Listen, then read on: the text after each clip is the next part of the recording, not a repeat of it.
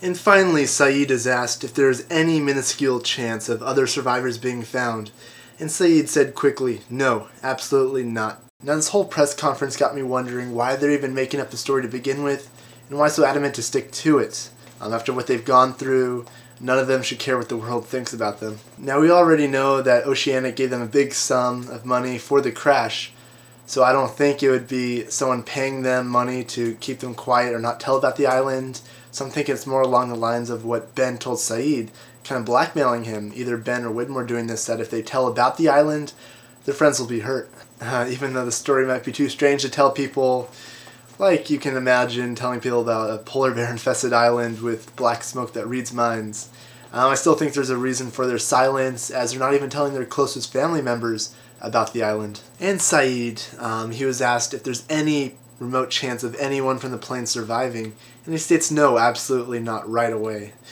Now to me this means either one of two things. Like I stated earlier, if he doesn't stick to the story or tells about the island, something bad will happen to his friends on the island, like Ben says to him in episode 3.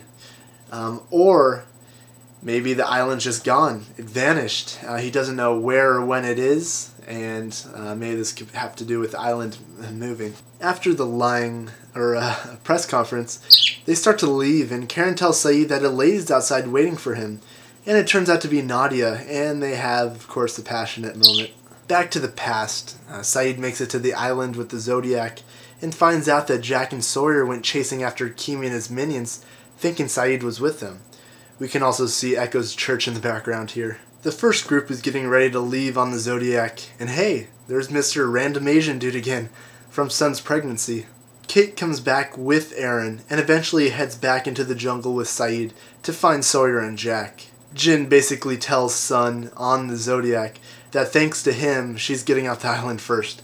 Like he actually did anything.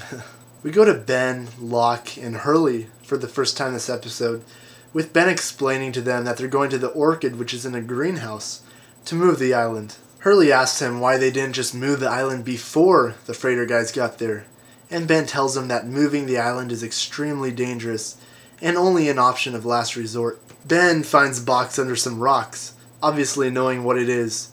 Inside are some crackers, which, obviously, Hurley immediately eats, even after Ben tells him that they're 15 years old. Yes, I did hear a crunch afterwards. There are some binoculars, but more importantly is the mirror in there. Ben starts to reflect sunlight off it into the distant mountains, flickering it off and on, saying that he's communicating, obviously in Morse code, which the writers have used a lot this season. In Morse code, the message he flashes is sees, and I'll mention why later. We see a flash of light back to them, meaning one of Ben's men has been there for a while, or maybe that's even where the temple is. Going back to the future, we see Sun pregnant with Ji-yeon, and she's walking upstairs to go to her dad's office. Also, look at the POC business logo. It looks awfully similar to the Orchid logo. When Sun arrives, two men are there, explaining about an incident involving 5 different banks. He sends them away. If you remember, this man is the father of the woman who gave birth in Jin's flashback, which Jin delivered the stuffed panda bear to, and the one Mr. Pak wanted to do business with. He looks like a crony to Sun's dad now. Sun asks if anything's wrong, and Mr. Pak replies that it's company business, and that she wouldn't understand. She then accuses him of having hated Jin, and tells her father that she considers him to be one of the 2 people responsible for his death. She reveals that Oceanic Airlines has given her significant settlement, which she has used to purchase a controlling interest in Pak Industries. For how much emotion Sun's showing when talking about Jin supposedly dying, makes me think that she actually believes he's dead. And later I'll talk about more what I think will happen in the season finale involving Jin. Next season, I think that Sun and Penny will be a lot alike in that they'll use their father's company's resources to find the island and their boyfriends. We go to Hurley, also in the future, walking into an empty house with a bag from Mr. Cluck's chicken shack. He freaks out when he sees a coconut on the ground and starts to hear whispers, so he grabs a small Jesus statue like a weapon and slowly moves towards the voices. When he opens the door, surprise! The voices actually turn out to be his friends and family throwing him a birthday party. At the first scene of the party, we see a DJ. Oh, and what's that behind him? Oh, it's another Geronimo Jackson album yet again. A little bit obsessive now. Kate, Aaron, Saeed, and Nadia are at the party, and Kate says that Jack's just running a little bit late. We can also see a wedding ring on Saeed, implying that he and Nadia have been married by this point in time. Hurley's father takes him aside to show him his birthday present, which happens to be the Camaro that they had worked on in the past, and also the car that Hurley's speeding away from the cops in at the beginning of Season 4. He gives Hurley the keys, which are also on a white rabbit's foot keychain. But when Hurley gets into the car, he immediately looks at the odometer, seeing the cursed numbers, 4, 8, 15, 16, 23, 42. He freaks out and thinks it's some kind of joke and starts to quickly run away, like he just found out he could get seconds out of the buffet. And while we're on the topic of Hurley's numbers, check this out. Let's take a look at Hurley's party up close. Now remember his numbers.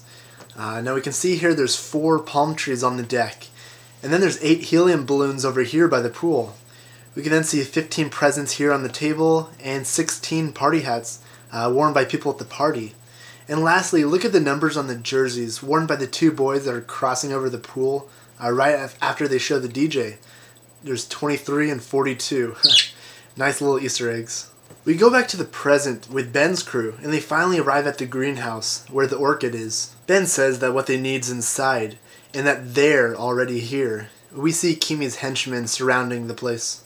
The first group makes it back to the freighter from the Zodiac, and Desmond helps them up. I don't predict a very long life for the woman in the red shirt. Remember what I said about red shirts a few weeks ago. Jin and Sun see Michael, who says that the engine's fixed, so Desmond goes to the bridge where he and another guy try the engine, and it works. However, they can't go closer to the island because of some interference that's coming from the ship and preventing them from seeing the reef. And also, what's up with Aaron's baby blanket? I don't know if you noticed this, but it changes from light blue when Kate hands Aaron to Sun at the beginning, to dark blue, a long shot of the Zodiac leaving the island, back to light blue when Jin reminds Sun that he promised to get Sun off the island, and then ending on dark blue when Sun arrives at the freighter.